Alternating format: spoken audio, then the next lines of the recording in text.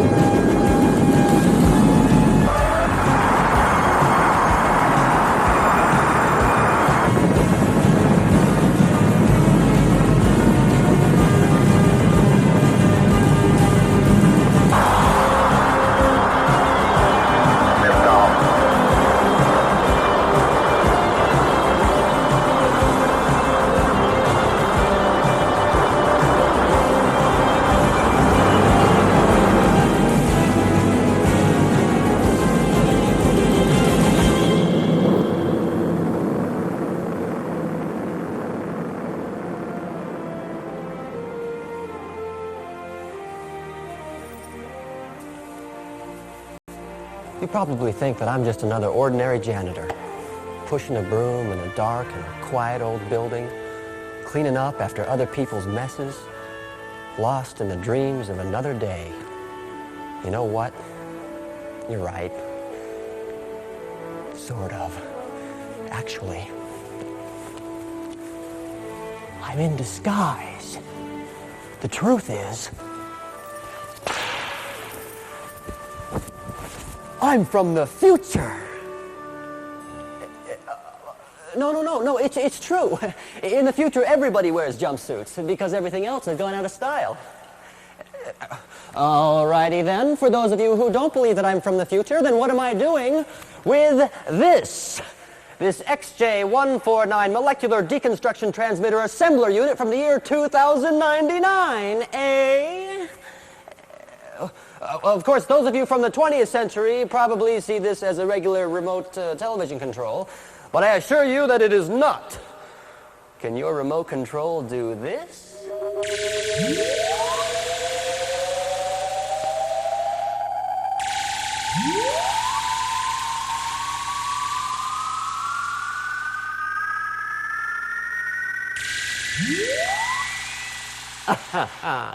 Thank you very much. Now, to business.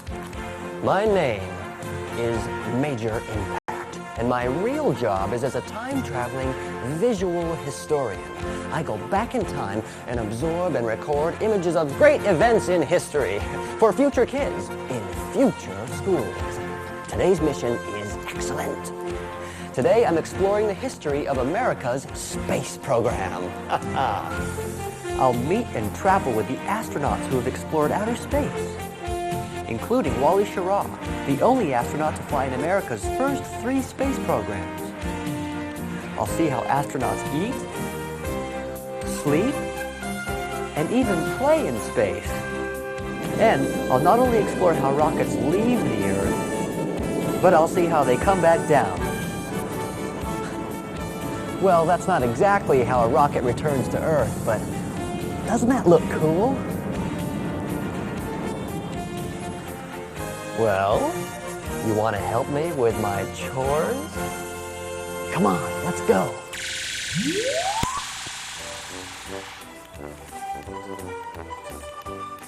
There's only one place to begin, and that's the beginning. Man's early attempts to fly came as he simply tried to get off the ground and stay off the ground.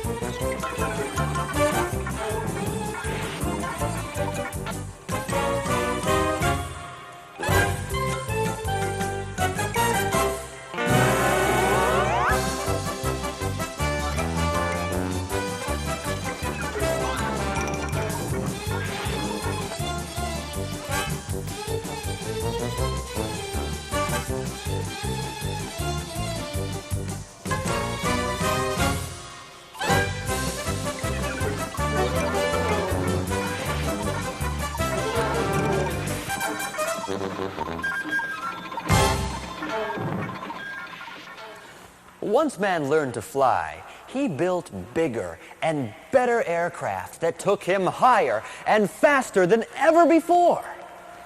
Like this jet. And like this rocket, which made it possible to explore outer space. Now, scientists needed to be sure that it would be safe for a living creature to travel in space, so they sent for Ham. Well, just kidding, not Ham. They sent for Ham, the space chimpanzee. The year was 1961 when Ham trained for space travel with 40 other chimps at a place scientists called the Chimp College. On his trip, Ham was launched into space by the Mercury Redstone, the same rocket that would also blast the first American astronaut into space.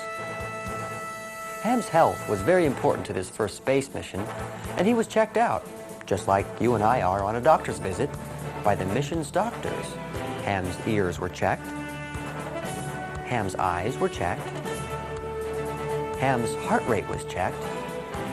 And Ham's teeth were checked. And since everything looked a-okay, Ham was ready for his space flight. Ham's trip took him over 156 miles above the Earth, and he traveled over 4,000 miles per hour. That's almost 80 times as fast as your car drives on the highway. Scientists kept a close eye on Ham's condition for the entire flight. 16.5 minutes after blastoff, Ham's capsule was spotted by the USS Donner floating in the Atlantic Ocean, over 400 miles away from where he was launched. When the capsule was opened, Ham was tired, but in fine shape. Project Mercury was America's first step towards putting a man on the moon. Mercury, in Greek mythology, means the messenger of the gods, and traveled swiftly between heaven and earth. The goal of Project Mercury was simply to see how a man would do in space.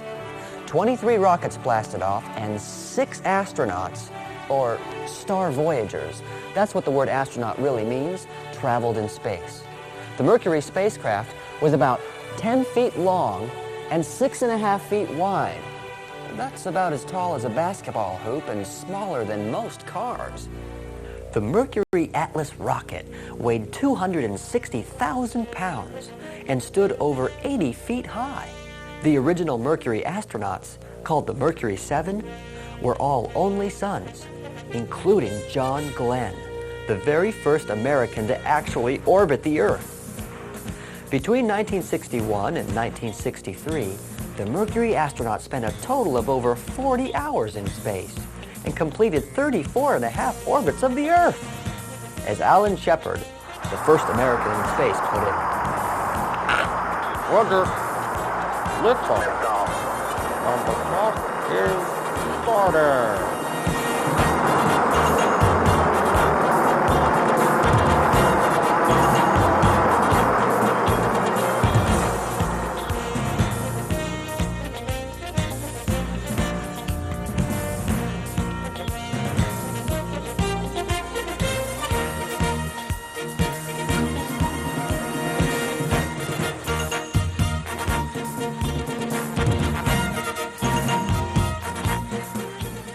the Mercury astronauts were given a hero's welcome back on Earth, and the space race had begun!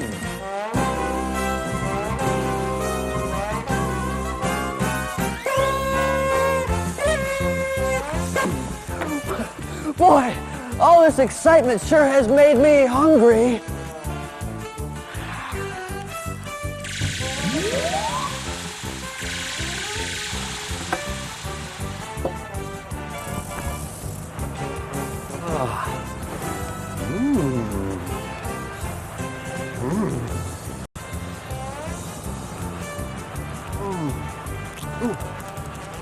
Hey, I wonder what it's like to eat in space.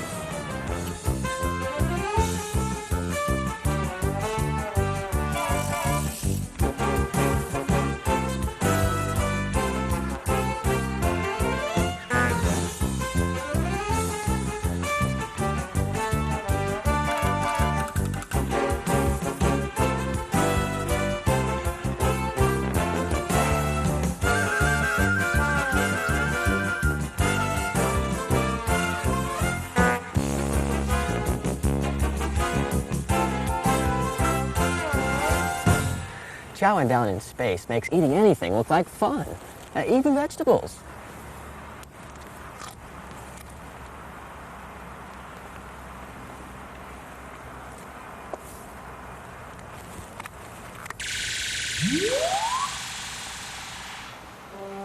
America's second step towards putting a man in space was Project Gemini. Gemini in Greek means twins or two. And in 1965, the Gemini project put 2 astronauts in a single spacecraft into space. The Gemini craft was 20 feet long and 10 feet around and weighed almost twice as much as the Mercury craft. 10 Gemini rockets were launched, and 20 Gemini astronauts spent a combined total of 2,000 man-hours in space. But most important, Gemini 3 marked the first corned beef sandwich in space. And the rest, as we say in the future, was history.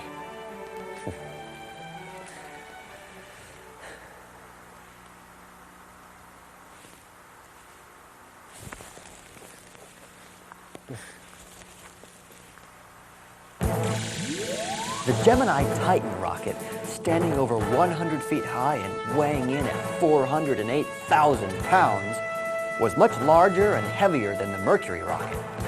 The Gemini astronauts trained hard in the air, on the sea, and on land. The astronauts even trained in a swimming pool to prepare for America's first walk in space, done by astronaut Ed White.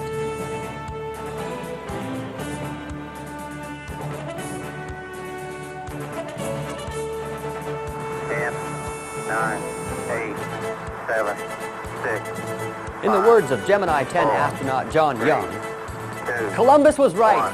The world is round.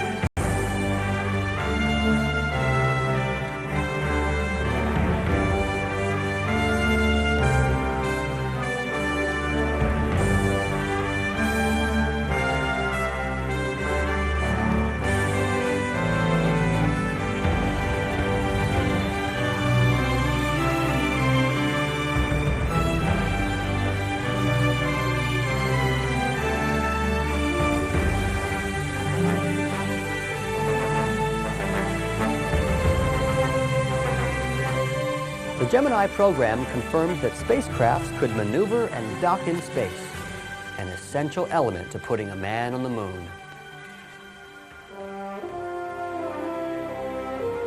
Apollo in Greek mythology was the god of light. And in 1968, America was at last ready to put a man on the moon with the Apollo space program. Over 20,000 companies, 500,000 people, and more than $45 billion were needed to ultimately put a man on the moon.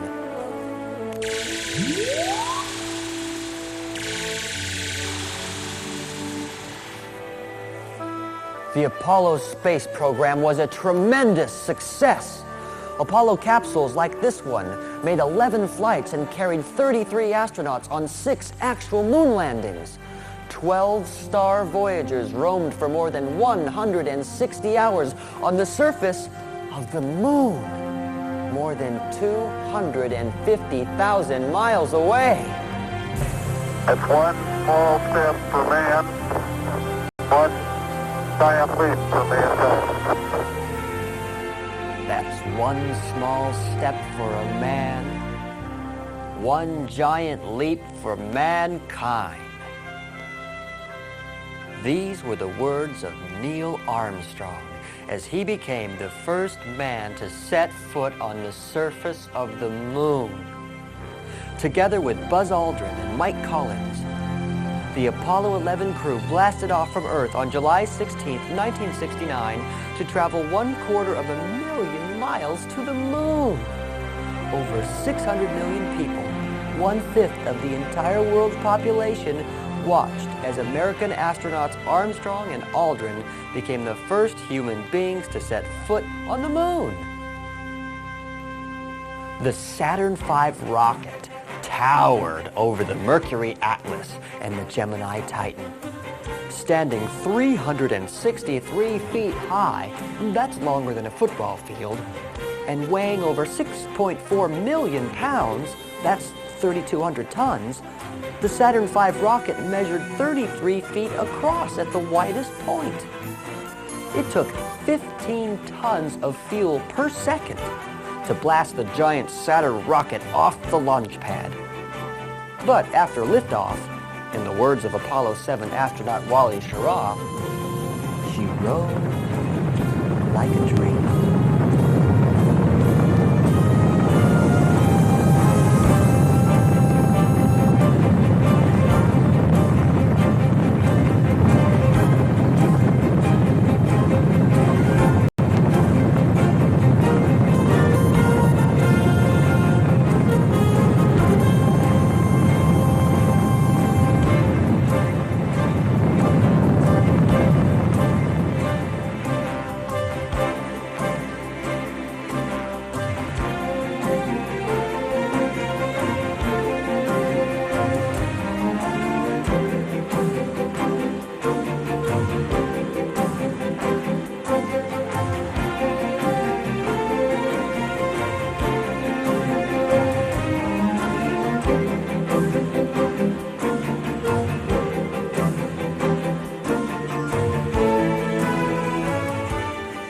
The Apollo program collected rocks on the moon, drove a lunar rover on the moon, and even hit a hole-in-one on the surface of the moon.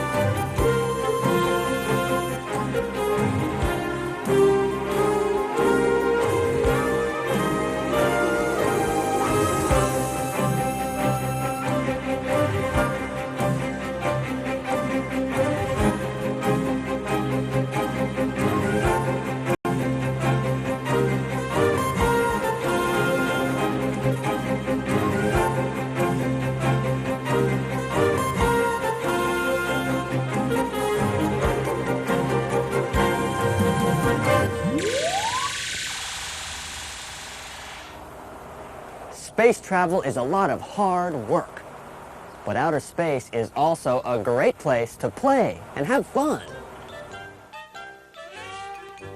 Without gravity, you can float around in space and spin and twirl and flip and even bang your head into the wall without hurting you or the wall. You know what it's like to float in a swimming pool? Well, that's what it's like all the time in space. Imagine the possibilities.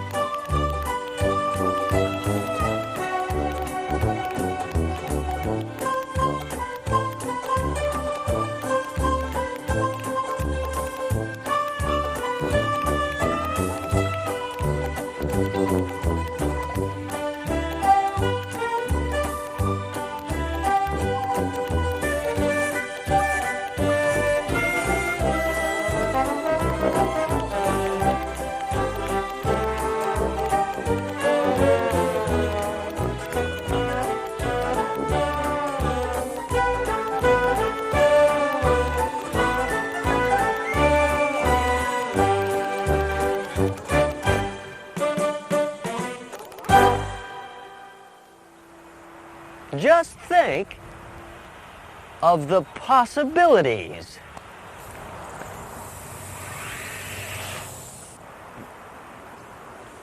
Wow.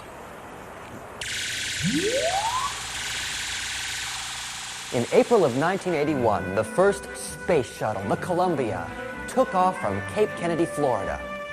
The space shuttles are the world's first fully reusable space vehicle and come back down to Earth just like an airplane. Each space shuttle is designed to make 100 flights, and at liftoff can weigh up to 4.5 million pounds. That's as much as a small Navy ship. The space shuttle crew is between 2 and 7 people, with 2 pilots controlling each shuttle during the launch and the landings. The space shuttles also allowed satellites to be launched, recovered, and repaired while in space.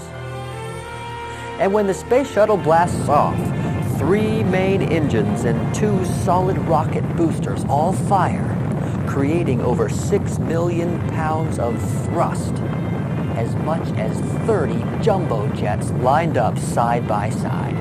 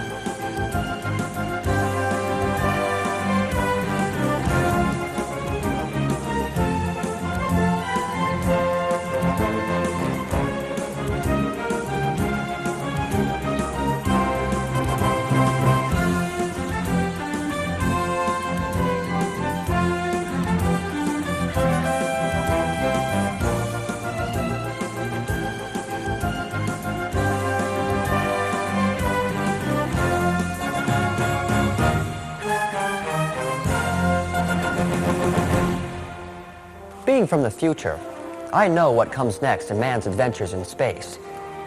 I can't tell you what it will be, but I can give you some hints.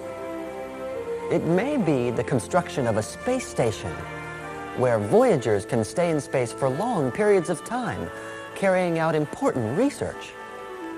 And beyond that, well, maybe a trip to another planet or a visit to a faraway star. Who knows what the future may hold? One thing is certain. Just like the men and women we've seen who've helped make our space program the best in the world, the future of space travel will depend on daring, courageous explorers like you, who will brave the elements of outer space and become a star voyager. Well, I think I've got what I need. I better get back in disguise and clean up my mess. Otherwise, I might get fired. Right. Thank you very much for traveling with me through America's space program. It's been a lot of fun. Roger, and out.